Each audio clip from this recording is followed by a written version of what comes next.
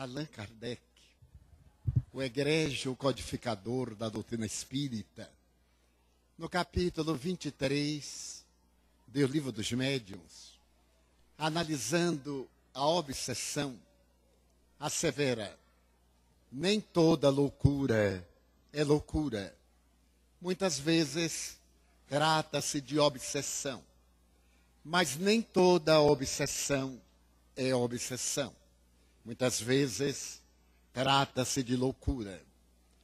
Ao encerrar o Evangelho segundo o Espiritismo, nas últimas 3 frases, Allan Kardec assevera que o tratamento das obsessões, quando muito prolongado, pode transformar-se em ineficácia, e uma obsessão por largo período pode converter-se em loucura, sendo necessário que se apliquem passes magnéticos e a terapêutica médica. Recordemos que este pensamento é de 1864, quando então o magnetismo fazia parte das terapêuticas que se estavam descobrindo na Europa. A grande verdade é que não estamos a sós. O apóstolo Paulo tem a ocasião de informar que existe uma nuvem de testemunhas que nos acompanha. E Allan Kardec perguntou a esses espíritos veneráveis: interferem os espíritos em nossos pensamentos e atos? E a resposta chega a ser chocante, muito mais do que imaginais, porque invariavelmente são eles que vos conduzem. Nessa resposta sintética, pode-se ter a ideia de que nós somos verdadeiros marionetes, dirigidos pelas entidades desencarnadas. Mas não é isso o que os espíritos desejaram dizer.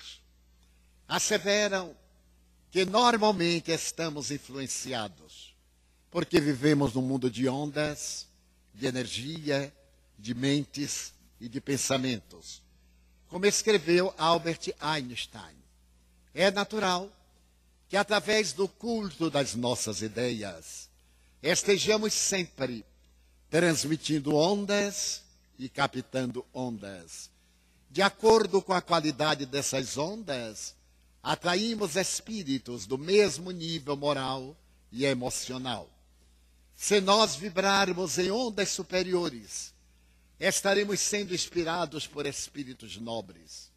Mas se cultivarmos o desencanto, o pessimismo, a culpa, o remorso e outros derivados, como os vícios, os tormentos morais, as imperfeições ancestrais, é claro que estaremos sintonizados com espíritos do mesmo naipe e que passam a desenvolver em nós essas aptidões negativas e perturbadoras. É muito comum termos um incidente de menor monta e ficamos magoados com aquele incidente.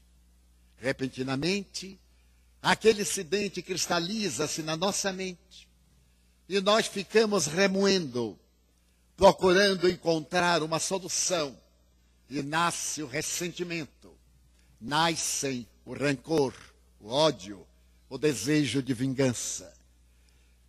A dor natural é a primeira fase, mas este continuar já é resultado da inspiração malévola de espíritos zombeteiros que se comprazem em nosso sofrimento, ou de espíritos perversos que se alegram quando estamos diante de quaisquer aflições. Allan Kardec foi muito sábio ao estabelecer a terapia preventiva às obsessões: pensar no bem, fazer o bem, orar, praticar a caridade. São normas muito fáceis de conduta, porque nos colocam em um nível mental que as entidades ociosas e perversas não conseguem alcançar. Mas também ele nos fala a respeito da terapia curadora, a paciência a paciência ante o problema de natureza psicopatológica, a transformação moral, porque se existe uma ligação infeliz, é porque nós temos um débito nessa área. Se começarmos a praticar ações nobilitantes, passamos a conseguir méritos e nos deslocamos daquela faixa inferior para uma outra de natureza elevada. Os espíritos que antes nos acompanhavam já não encontram campo, mas eles são muito soezes, muito hábeis, muito perversos. E não encontrando guarida em nossa mente, vão procurar pessoas insensatas que eles influenciam e jogam-nas contra nós. Pode-se observar que nos dias que dedicamos às experiências mediúnicas e que devemos manter o nível mental de paz, de equidade, de alegria, acontecem-nos os maiores dissabores. A hora de irmos para a reunião, sempre sucede algo que gera uma contrariedade. Estejamos vigilantes, porquanto os espíritos perversos, não podendo mudar os nossos propósitos bons, geram em pessoas infelizes situações agressivas que então nos perturbam. A meta deles é exatamente perturbar-nos. Quando frequentamos reuniões mediúnicas, porque temos problemas? Os espíritos que nos perturbam utilizam-se de várias técnicas. Merece considerar que a Terra é o mundo dos efeitos. O mundo da causa é o mundo espiritual. Então, no mundo espiritual, planejam-se as realizações terrestres. Não seja, portanto, de estranhar que passamos a visitar uma instituição espírita porque nos sentimos perturbados.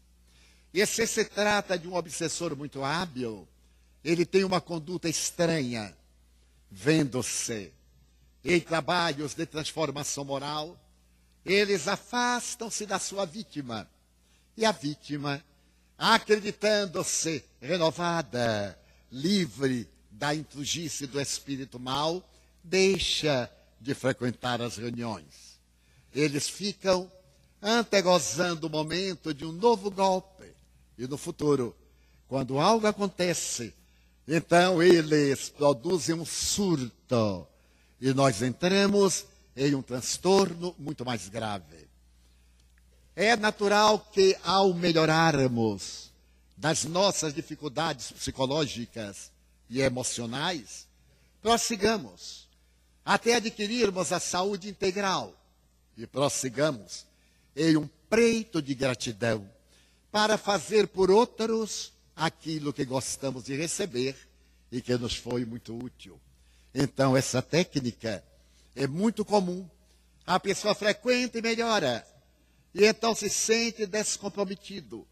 Porque muita gente acha que o espiritismo é uma caixa mitológica de Pandora.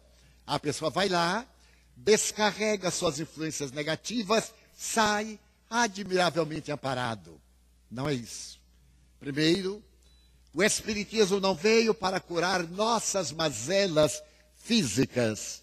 Veio para curar as nossas enfermidades morais. Porque é na alma que está a matriz das nossas alegrias e dos nossos desconcertos. Podemos ter uma enfermidade e realizarmos uma cirurgia de natureza mediúnica com excelente resultado. Mas se nós não melhorarmos moralmente, o problema que não foi resolvido, que é o débito de um mal que praticamos, vai aparecer no outro órgão e nós seremos portadores de uma nova doença. Periodicamente eu encontro pessoas que me dizem: seu Divaldo, há 30 anos eu estive aqui no centro, há 40. Naquela época eu estava tão mal. E o senhor me orientou, eu fiquei bem.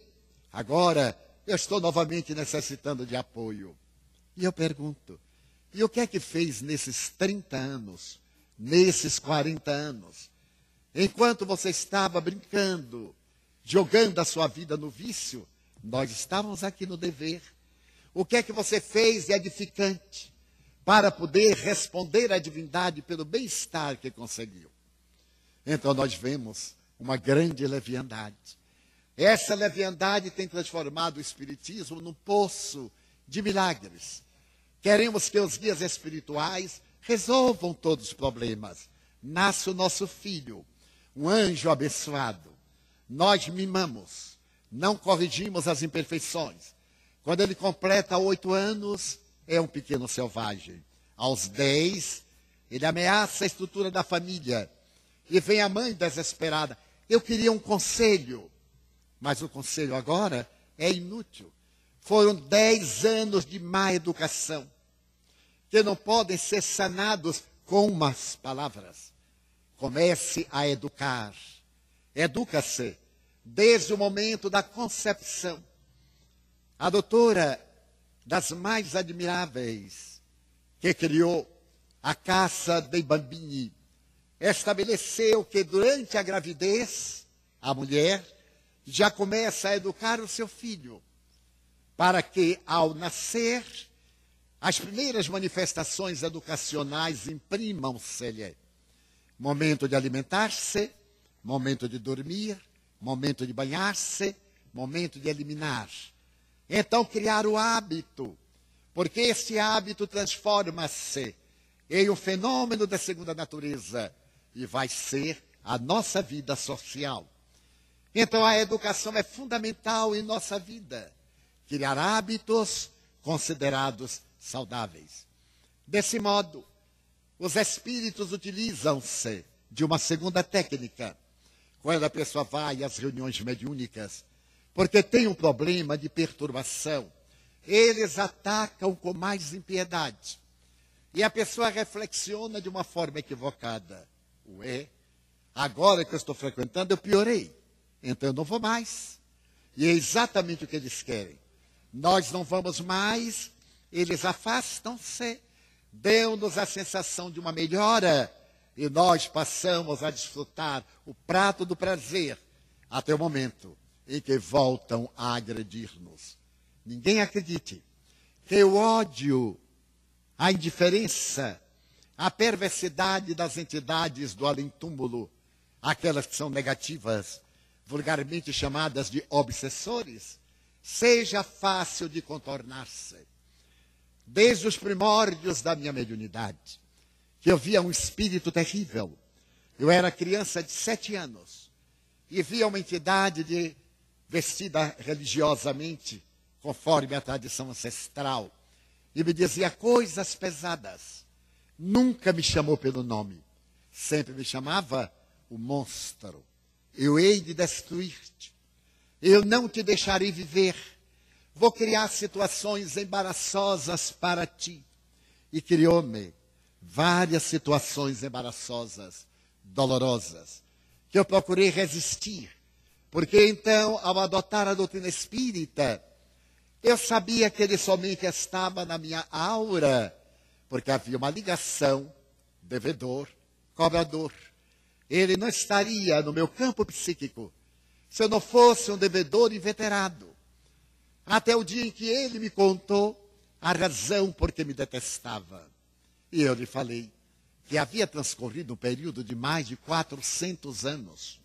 400 anos. E é que a minha ação naquela oportunidade não era uma ação de impiedade. Eu estava vinculado a determinado comportamento religioso, que tem a sua lei teológica. E ele havia incidido em gravames. Então, a mim me cabia cumprir a lei. E ele tomou ódio de mim e aguardou esse largo período para perseguir-me na atual existência. Então, eu chamava a máscara de ferro, porque na minha juventude eu assisti um filme. Nessa película, o rei, que era gêmeo do seu irmão, foi aprisionado no castelo d'If. É uma obra grandiosa da literatura francesa, na cidade de Marsella. E então ele foi colocado uma máscara de ferro para que ninguém o pudesse identificar. E aquilo na minha mocidade impressionou-me muito, porque aquela máscara não tinha emoção. O rosto desse espírito não tinha emoção. Ele era impassível. Quando algo me fazia sofrer, ele ria, debochava e dizia-me: isso é apenas o começo. Passaram-se muitos anos. Ainda me recordo de quando eu comecei a divulgar a doutrina. Para ele isso foi um golpe de misericórdia, porque ele enfureceu-se. E em determinada oportunidade, eu estava numa entidade federativa pronunciando uma conferência muito grave. E quando eu citei uma frase célebre, que eu estava lendo psiquicamente, eu vi alguém gritar a plenos pulmões: está errado, ignorante. Eu tive um choque, olhei, era ele, lá no meio da multidão. E então eu me refiz, prossegui, e ele sempre interferia de maneira perturbadora. Pode-se dizer que é um abençoado Calvário.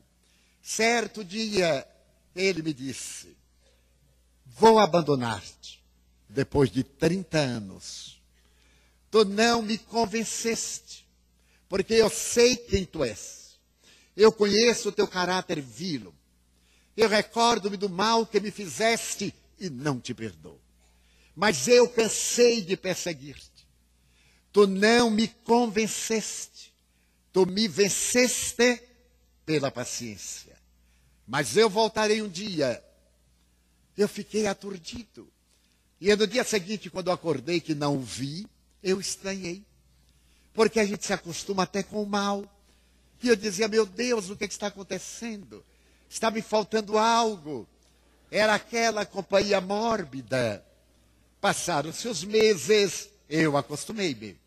Acostumei-me e não me lembrei mais do querido Máscara de Ferro. 10 anos depois, o porteiro me chama, porque haviam deixado na lata de lixo da Mansão do Caminho uma menina afrodescendente.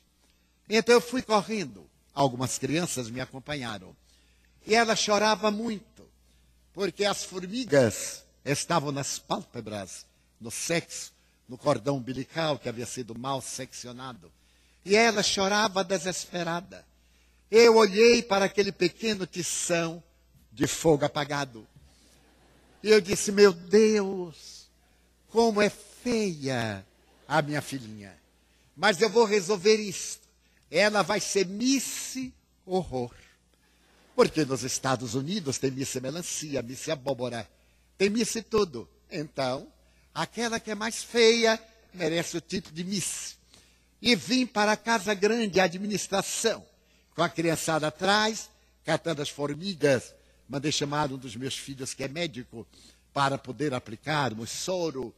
E quando eu estava a menos de 20 metros da porta de entrada da administração da Mansão do Caminho, que eu ergo a cabeça, o Máscara de Ferro. Eu disse: meu Deus, vai começar tudo novamente. Então eu parei, porque era um reencontro inusitado. Ele perguntou-me: tu amas a esse ser abjeto que foi jogado numa lata de lixo? Tu amas? Eu disse: não, senhor, ainda não deu tempo. Eu achei agora, mas eu vou amar. O senhor me conhece e sabe que eu irei amá-la. Ele veio, pôs a mão no meu ombro pela primeira vez. E eu notei que ele estava emocionado. Então ele me disse: Divaldo, esta que aí está é o espírito de minha mãe. Então, a partir de hoje, eu vou te amar, para que tu possas ajudar minha mãe. Eu disse: não me diga. Quer dizer que mamãe agora está no meu colo. E que você vai me amar. Mas eu vou dar lindos beliscões de mamãe, para o senhor ver quanto dói os problemas humanos. Ele se tornou feroz: não irás fazer isto. Por que não? Você fez comigo durante 30 anos, mas eu era um louco. Eu digo: continua, mas eu não irei fazer absolutamente. Eu irei amá-la como uma verdadeira filha. Ele chorou copiosamente. E então ele me disse que a partir daquele momento eu teria, no mundo espiritual, um benfeitor, que durante as minhas palestras ele iria inspirar-me, porque ele havia sido uma personalidade bastante célebre da religião que esposara 400 anos atrás. Passaram-se os meses e a meninazinha foi crescendo. Mas eu notei uma coisa, ela não gostava de mim. Porque na Mansão do Caminho, nós tínhamos 25 lares. Quando eu voltava das viagens, as crianças vinham correndo: tio, o que é que o senhor trouxe para mim? O amor de criança é assim. E eu respondia: metade do que você guardou para mim. Mas eu não guardei nada. Eu digo: então, não temos o que dividir. E ela não vinha nunca. Eu estranhava. E como cada casa era dirigida por uma senhora, a quem chamávamos tia, eu perguntava: mas fulana não foi falar comigo, mas eu mandei de volta. Então, eu tratei de conquistá-la. Primeiro na técnica do suborno, dar presente, dar balas, sorrir, contar historinhas. Mas ela sempre reagia, sempre me evitava. Então, usei a segunda técnica, negar tudo o que ela pedia.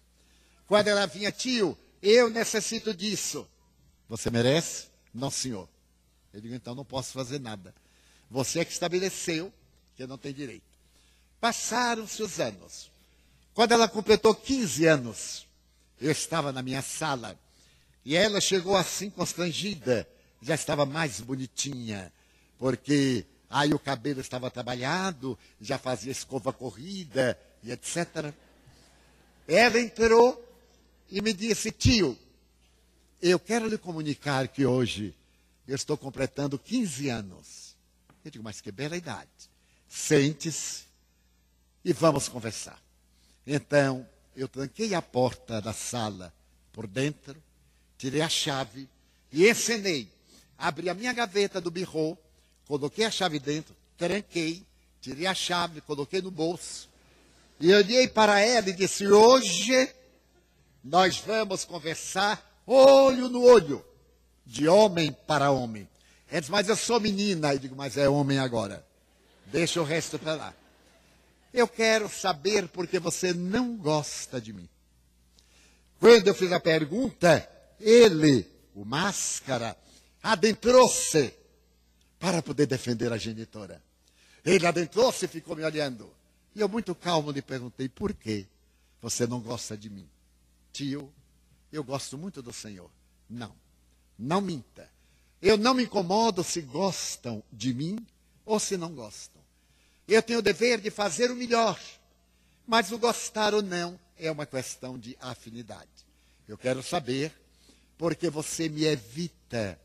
Você é a única dos 126 que nós educamos que raramente vem falar comigo.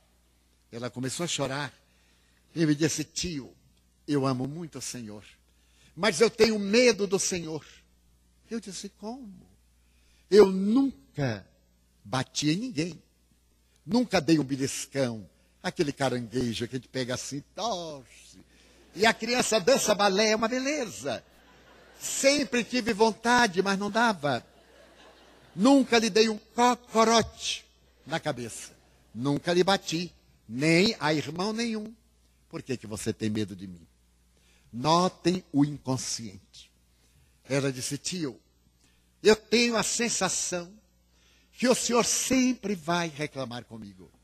Era a reminiscência da cena que ela presenciou 400 anos antes. Nesse inconsciente freudiano, que é o inconsciente do nosso perispírito, nosso processo de realizações. Então eu tenho medo que o senhor me reclame. Mas minha filha, alguma vez eu lhe reclamei? Não, senhor. E é porque você tem esse medo? Não sei. Eu digo: então eu vou lhe contar. No ano de 1526, narrei a ela a história. Toda a história. E ele começou a chorar. Então eu me vi constrangido a punir o seu filho, que era relapso, era indigno. Aí eu aproveitei, não tinha caráter. Ele estava ali, e era natural que na minha função, aplicasse o código teológico. E ele foi punido. Você, como mãe, insensata, acha sempre que seu filho tem razão. E tomou ódio de mim, porque por consequência da punição, ele veio a desencarnar. E você transferiu a mágoa para mim. Você não saberia identificar, mas agora o inconsciente dá-lhe esse medo de mim, uma certa antipatia. Ela disse, mas é verdade, tio. E o que é que eu faço? Eu digo, nada, minha filha. Você está reencarnada. Deus nos deu a grande honra de tê-la em nossa casa, para podermos trabalhar pela libertação dos nossos ressentimentos. Agora, com esta informação, eu espero que você mude de atitude. Você já é uma mocinha, tem 15 anos. Então hoje vai ser o seu baile, a sua apresentação à sociedade do Pau da Lima. Então, à noite, na hora que nós celebrarmos seu aniversário, você irá esculpir no coração uma nova era, a era da tolerância para o seu velho tio. Ela me abraçou chorando copiosamente. A partir daí, ela transformou-se. Se alguém aqui no auditório tem um filho biológico bom, não é melhor do que a minha filha. Ela passou a me dar assistência. Eu fico trabalhando até a madrugada. Eu resido no primeiro andar da casa grande na Mansão do Caminho. E de repente, um dia, ela com 16 anos, disse, tio, eu gostaria de ficar na escada estudando. Porque assim eu aproveito a luz que está acesa, não perturba lá em casa. E se o senhor necessitar de um cafezinho, porque eu sou cafeinômano, então eu vou buscar. Eu achei aquilo natural. Mas certo dia, era 1h30 da manhã, eu parei de psicografar, e quando me dirigi ao banheiro, ela estava na escada derreada. Então eu acordei-a e disse, minha filha, vá dormir. Amanhã vai levantar cedo. Você não aguenta, eu tenho estrutura. Acostumei-me, mas você não. Então ela saiu. E eu voltei a trabalhar um pouco, encerrei o meu dever e fui ao banheiro. Quando eu estava no banheiro, alguém bate na porta com muita força. E eu desço correndo. Alguma coisa havia acontecido. Era ela. Ela estava branca, uma tonalidade especial. Dizia, o que é que lhe aconteceu? Eu disse, nada, minha filha. Mas tio, o senhor estava no banheiro. Eu digo, é. Mas eu também vou ao banheiro. De vez em quando, eu também vou. Tio, eu pensei que o senhor estava passando mal. Porque eu tinha tido, na época, um problema cardíaco. Ah, tio. Então ela me abraçou e me comoveu. Eu quero lhe pedir uma coisa. Não morra. Se o senhor morrer, o que será de nós? Que não temos ninguém no mundo. Mas o que é isto? Vocês têm aqui 40 tios que renunciamos a nossos quefazeres para amá-los sem que ninguém nos haja pedido. Nós os amamos com a força do nosso sentimento. Então, não há por que você temer, se eu desencarnar, o que vai acontecer. Porque é natural que os mais idosos vão à frente, outros me substituirão. Ela disse, eu não suportarei se o senhor morrer. Fui jogada fora como animal. Mas um animal de espécie pior. O senhor foi alguém que me dignificou. Se o senhor morrer, eu digo, não repita isso. Lembre-se de Jesus. Ele é que é o pão, é a porta, é o caminho, é a verdade, é a vida, é o sol de nossas vidas. Nunca nos acontece nada para pior, minha filha. E eu lhe prometo que farei uma grande força para não morrer. Porque ninguém quer morrer, mas também ninguém quer ficar velho, fica muito complicado. Então, passaram-se os anos. Minha filha fez o curso que elegeu, e aos 20 anos, eu perguntei-lhe, mas minha filha, você ainda não me apresentou seu namorado? Não tenho, tio. Não, então você está doente. Porque você é uma menina bonita, uma menina afro, agora bonita, bem cuidado, claro, o meu gens era minha filha. Então você está bonita, não tem namorado? Não, tio Divaldo, porque eu vou me casar com um alemão. Eu digo, minha filha, que blasfêmia é esta? Você nunca saiu aqui do Pau da Lima, que é um bairro periférico. Como é que você vai arranjar um namorado alemão? Tio, eu sou pobre, de sangue africano, mas eu sei escolher. O senhor vai ter filhos louros. Eu disse, louros não, gasos. Porque de afrodescendente com louro, dá aquele tom de burro quando foge. E ninguém sabe qual é a cor. Passaram-se os anos. Uma das suas irmãs casou-se com um alemão. E foi morar em Düsseldorf. Tempos depois, uma outra irmã casou com outro alemão. E foi morar em Colônia. Então a segunda convidou-a para passar uns dias de férias em Colônia. Minha filha nunca tinha pegado um avião. Eu quase morri, porque eu sei o aeroporto de Frankfurt. É uma cidade. Eu tenho cuidado para não me perder. De um terminal ao outro é necessário pegar trens. É necessária muita habilidade. E na atualidade, porque o aeroporto está sempre crescendo, nós saltamos muito longe. Chegamos de trem a uma das estações terminais, são 6. E daí é que nós vamos para pegar a conexão. E ela ia de Salvador a São Paulo, de São Paulo a Frankfurt, de Frankfurt a Düsseldorf.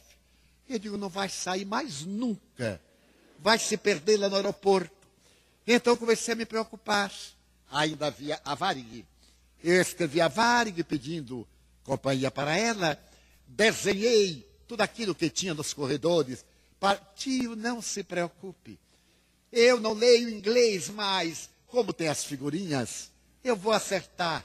Eu digo, minha filha, você vai ter que passar pela alfândega, vai pegar as malas, ou então vai despachar desde aqui, vai pegar um outro terminal.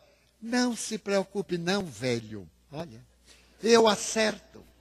Eu fiquei doente de preocupação, porque ia ficar esta perdida no aeroporto de Frankfurt e ninguém nunca mais achava. Pois ela foi excelente, fez o intercâmbio da conexão, foi para Düsseldorf. E melhor, ele disse, não leve nada. Brasileiro adora levar rapadura, farinha, carne de charque. Pelo amor de Deus, não leve nada. Tio, não vou levar nada. Quando ela voltou, eu soube que quase foi presa. Porque na revista, em Frankfurt, pegaram 2 quilos apenas de carne de charque, 2 litros de farinha, e assim por diante. Só faltou ter caviar, que não estava no nível dela. Pois ela, sem falar inglês, sem falar alemão, sem falar nada, começou a chorar. E o guarda aduaneiro olhou para aquela coisa, chorando e tremendo, e disse, vá, e deixou passar tudo. E ela passou. Deve ser o máscara de ferro que ajudou. Bem, ela viajou e da Alemanha ela me mandou uma fotografia com o seu namorado. Um namorado alemão sentada num carro BMW que eu só conhecia de propaganda. Muito bem. Eu fiquei aterrorizado. Eu digo, vai ver que ele é um psicopata. Porque não é possível. Quando ela voltou, disse, então, velho, você ouviu que namoradão? Você ouviu que BMW? Ela, acostumada com Kombi da Volkswagen, deu esse salto para o BMW. E ele disse, mas minha filha, você namorou com ele? Namorava. Mas você não falava português. Para ele era. E ele falava com você o quê? Alemão. E como é que vocês namoravam? Era assim, tio. Minha irmã sentava no meio, eu de um lado e ele do outro. Ele dizia a frase em alemão, ela traduzia. Ele dizia a frase em português, ela traduzia. Eu digo, e na hora do que não precisa tradução? Ah, minha irmã saía como que ia buscar água e a gente se aproveitava. foi fazer o curso de alemão. Quando ela estava no curso, um dia ela me disse: tio, eu vou acabar o noivado. Mas por quê, minha filha? Ele tem uma BMW, mas ele é alcoólico. E eu tenho aconselhado para que ele abandone o vício. E eu sei que ele não vai abandonar. Então, como espírita, eu lhe dou uma chance, mas não vou aplicar a minha vida e destruí-la. Voltou à Alemanha, desfez com este, já falava um pouquinho de alemão, arranjou outro, até mais simpático, casou com outro, e nasceu um filho, Sarará Miolo. Quando eu estive em Bonn, no ano passado, ela foi me levar meu neto. Eu olhei para aquela coisa, a mistura afro-brasileira com o sangue germânico, os olhos azuis, os cabelos encaracolados,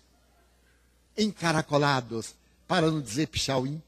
Então, é o meu neto. E ela colocou o nome, Divaldo. Olha que graça. Colocou Divaldo com W.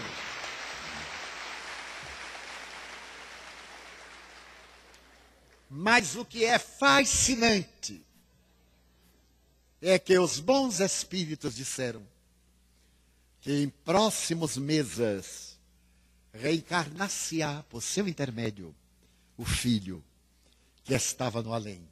Ele voltará à terra para ela, na condição de mãe, guiá-lo, desenvolvendo nele os sentimentos de beleza.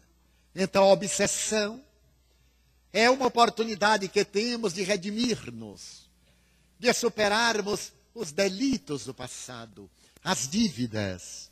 A obsessão pode ser simples. Estados de perturbação psíquica, quando a nossa mente perde o controle. Pode ser por fascinação, que é muito comum aos médiuns, quando começam a psicografar, acreditam-se que estão preparados para grandes missões. E logo a vaidade predispõe-nos ao fascínio. E ficam a receber espíritos burlões e mentirosos, como se fossem entidades nobilitantes. E a terceira fase é a obsessão por subjugação. Quando o espírito se assenhoreia das faculdades mentais, como também das faculdades físicas. Pensa-se que, na subjugação, o espírito entra no corpo do médium, como o líquido entra num vasilhame. Não é assim. Nosso espírito, o espírito que somos, está fixado na matéria através do perispírito e de 7 fulcros, ou chakras, que são rodas de energia. O mais importante é o chakra coronário. E desse até o chakra sexual, o espírito está imantado ao corpo célula por célula. E o perispírito, segundo André Luiz, através dos glóbulos vermelhos, um a um. Por isso que morrer não é desencarnar. Morrer é perder a vitalidade. Desencarnar é libertar-se do fardo material. A pessoa morre e muitas vezes fica acompanhando a putrefação do cadáver. Fica dentro de casa, imantada ao corpo em degeneração. Morreu, mas não desencarnou. É importante criar expedientes de libertação mental para libertar-se do corpo. E Allan Kardec, analisando a questão das perturbações espirituais, diz que essa perturbação pode durar dias, semanas, meses, anos, até séculos. Quando eu visitei o Circo Romano, em 1967, por primeira vez, eu escutei os gemidos das vítimas. Quando fui visitar o Coliseu, eu estava hospedado no Monte Aventino. Durante a noite, eu escutava os gritos da multidão, as vozes, também dos mártires, quase 2000 anos depois, imantados. Quem lê, por exemplo, A obra notável de Emmanuel, Ave Cristo, através da mediunidade missionária de Chico Xavier, recordar-se-á que Tassiano se encontrava ali mesmo no circo, como nos dias recuados, para participar dos banquetes das feras, absolutamente materializado. Então, desencarnar é libertar-se dos grilhões materiais. Morrer é interromper o ciclo vital. A energia orgânica pode-se morrer sem desencarnar. Então, esse veículo, que é o perispírito, conhecido como corpo astral, é o campo de ondas eletromagnéticas que atrai os espíritos. É através dessa irradiação, a aura, que os espíritos se nos acercam e intercambiam conosco. Eles concentram em nossa glândula pineal, que cristalizada emite ondas, e através do sistema endocrínico, todos os órgãos que pertencem ao sistema iluminam-se quando são espíritos nobres. E o sistema nervoso desce uma suave claridade, que os esotéricos chamam Kundalini, a força da sexualidade. Então o médium entra em transe. É, portanto, uma adesão, não é uma penetração. E essa adesão pode ficar fixada nesses chakras, ou plexos, ou centros de força, que nos transmitem, quando sofredores, quando doentes, as suas sensações. Muitas vezes estamos com uma enfermidade simulacro, porque há obsessões físicas. Eu tive uma prima que rapidamente contraiu tuberculose. Naquela época, a tuberculose ou peste branca era incurável. Ainda não se havia descoberto o ácido isonicotínico. E a minha prima apresentou uma rouquidão. Ela era professora primária. E foi aos médicos da nossa cidade. Fez as chapas de raio-x e o médico não encontrava a presença das cavernas. Encontrava manchas não características. Então, nesse ínterim, um primo nosso, que era um bandista, recebeu uma mensagem de seu irmão e detectou que era seu irmão, primo dela, perturbando-a, porque quando ele estava na Terra, apaixonou-se por ela e ela recusou. Ao desencarnar, ele se lhe acercou e começou a transmitir as sensações da tuberculose que o houvera ceifado a vida. Então, o meu primo, o umbandista, sugeriu que ela fosse a Salvador e marcasse o dia da radiografia e a hora, desde que ele soubesse para evocar o Joaquim, o seu irmão, e retê-lo no campo mediúnico.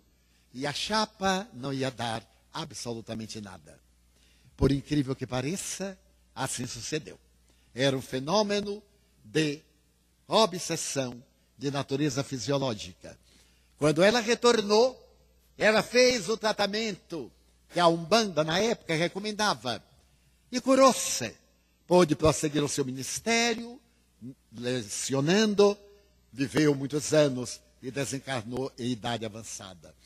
Então, muitas vezes, especialmente na área da sexualidade, que hoje é básica na vida da criatura. Não digo a sexualidade, o erotismo, que é pior do que a sexualidade. Porque a sexualidade é um conjunto de valores e de órgãos responsáveis pela plenitude da reprodução.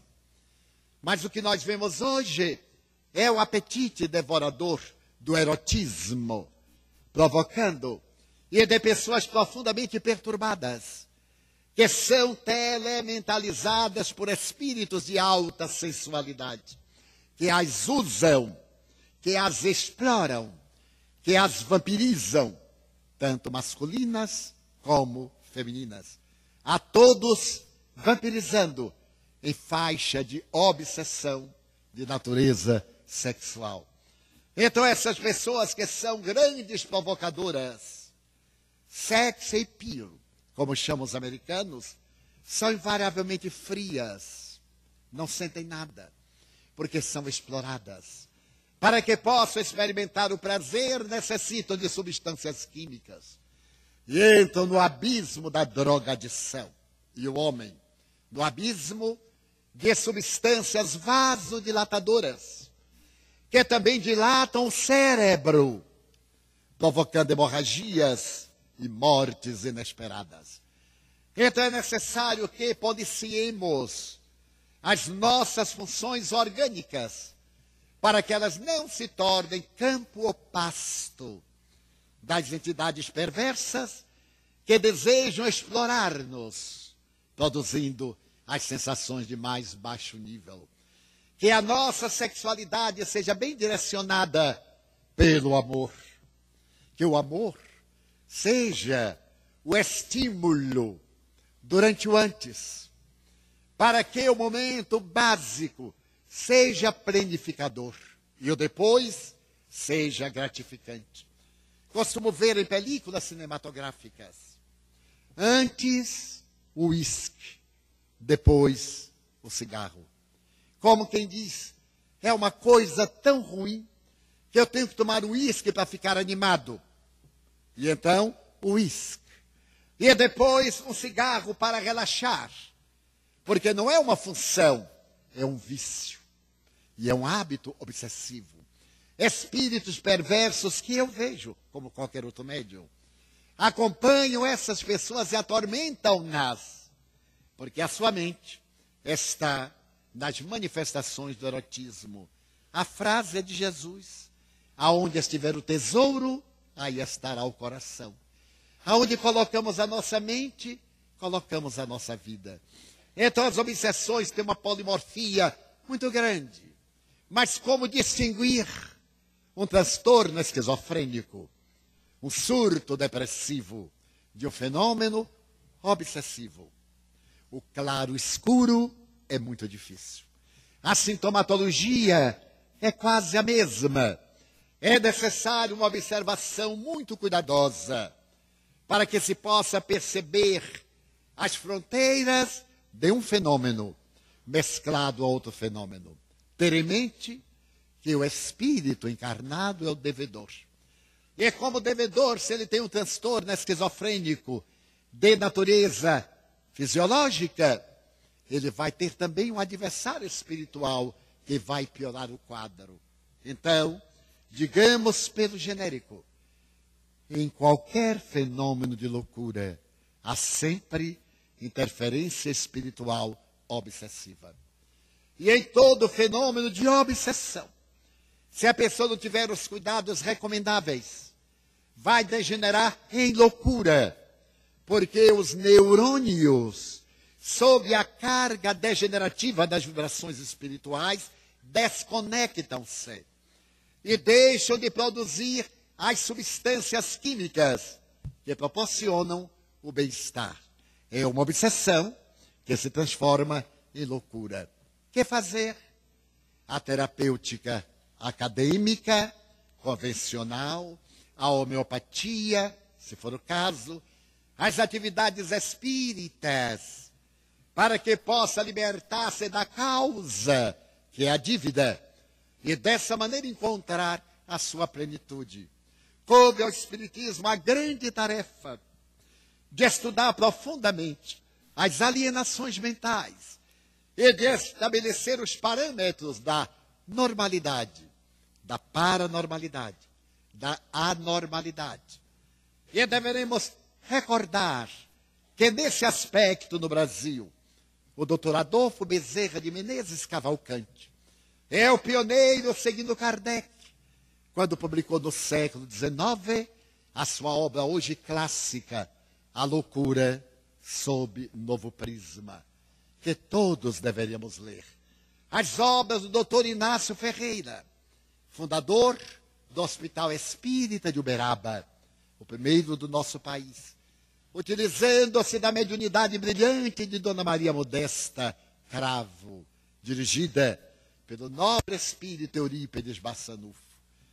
As obras do doutor Inácio, Medicina e Espiritismo, são tratados de ciência e de doutrina espírita, orientando-nos, mas através da obra monumental de André Luiz, psicografada por Chico Xavier, da obra gloriosa de Dona Ivone do Amaral Pereira, de Zilda Gama e de outros médiuns.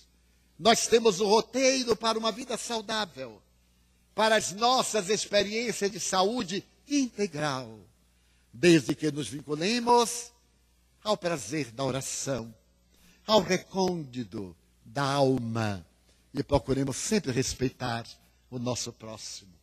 Eu gostaria de, em palavras finais, deixar uma história real que muito me comoveu para a meditação dos senhores, porque depois do intervalo eu irei responder algumas perguntas que os senhores deverão formular sobre o tema.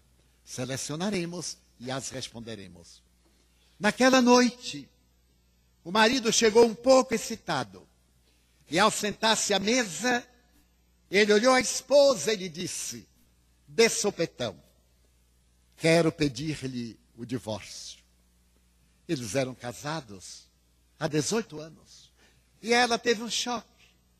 Ele permaneceu impassível e disse-lhe, eu quero divórcio. A nossa vida transformou-se num relacionamento morno. Eu entro e saio, você não me dá importância. De igual maneira, também eu não lhe dou qualquer importância. Então, o divórcio é a melhor solução. Ademais, eu estou vinculado a uma outra senhora e não quero permanecer nessa atitude de adultério. Quero separar-me legalmente para casar-me com a outra. Ela, então, desequilibrou. Gritou, bateu na mesa. Ele já esperava. Ele vinha com essa ideia fazia tempo, mas não havia encontrado o momento hábil, que foi aquele. Então ele se sentiu tranquilo, porque a fase pior havia sido dada. Agora era uma questão de adaptação mental. No dia seguinte, quando ele veio para o jantar, a esposa estava numa saleta, escrevendo sem parar. O jantar estava sobre a mesa, ele serviu-se, enquanto ela escrevia e chorava. No terceiro dia, ela ainda continuou escrevendo. No quinto dia, ele perguntou, então. Ela disse, pensei muito. Nós temos um filho de 17 anos. Ele vai fazer agora provas universitárias. Se nós nos separarmos, ele vai ter um grande trauma agora. E isso pode prejudicar o seu currículo. Eu lhe peço um mês. Um mês. Dentro de um mês, nós nos separaremos. Ele disse, ótimo. Mas há uma condição. Quando eu me casei com você, você me carregou da porta da rua até a alcova. Eu queria lhe pedir que você me carregasse da alcova até a sala de jantar, para que meu filho pensasse que tudo entre nós está muito bem. Mas que ideia estúpida. É a minha condição. Ele comunicou à amante, e ela deu gargalhadas. É truque de mulher. Ela quer estar nos seus braços. Mas faça, já que o abismo que se abriu entre ambos é tão grande. Faça. E no 7º dia, quando ele sai do quarto, ele sai carregando-a e coloca na sala. O filho vai passando pela aula e diz assim, meu Deus, que cena linda e comovedora. Meus pais são realmente especiais. 10 dias depois, ele continuava carregando-a.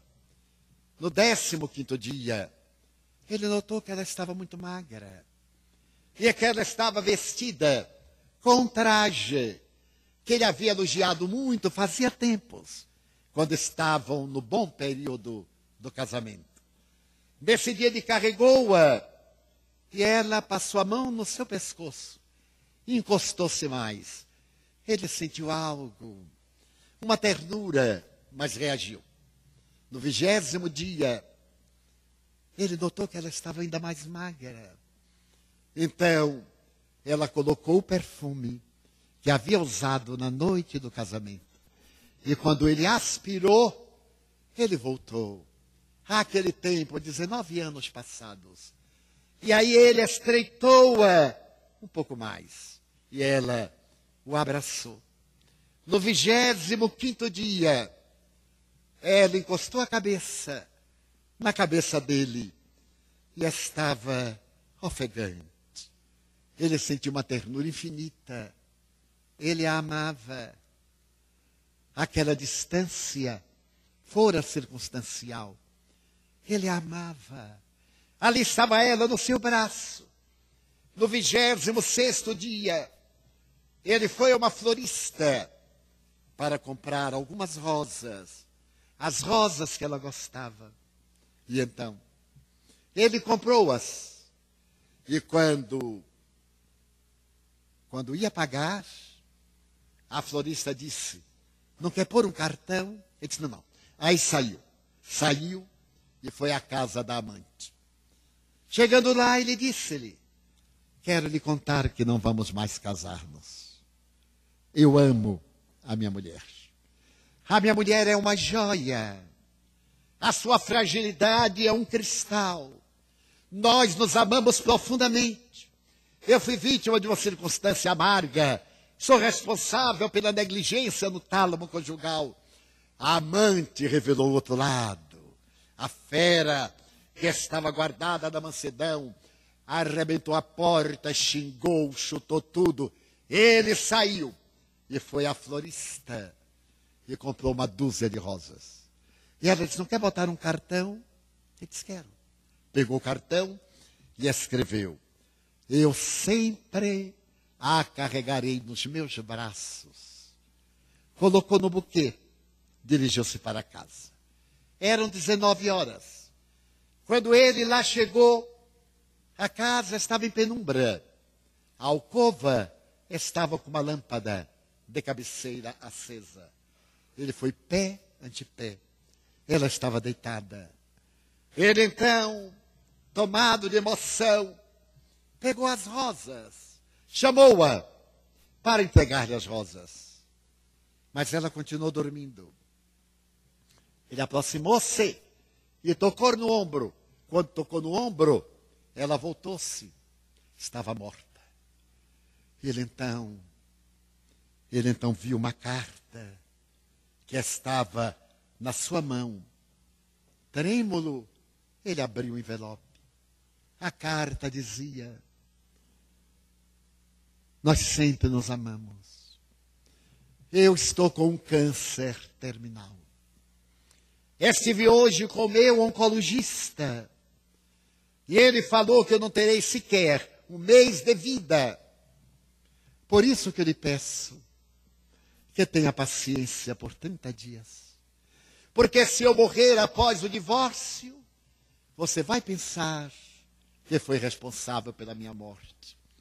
Eu lhe amo tanto que quero lhe pedir que agora que eu morri, você guarde a certeza do meu amor inapagável.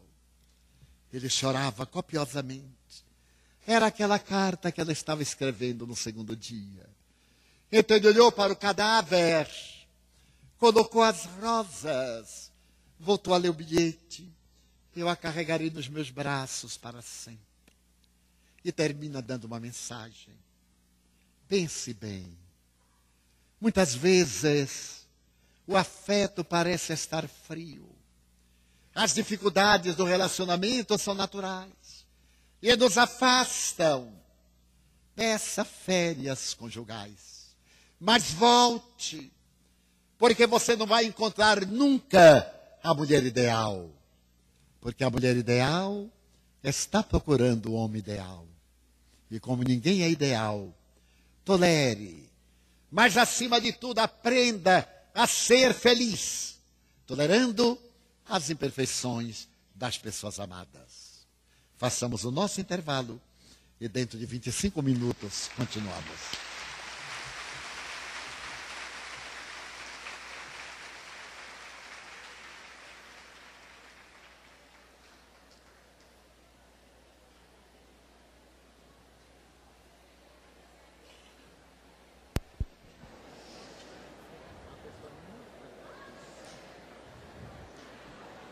Gostaríamos de avisar ao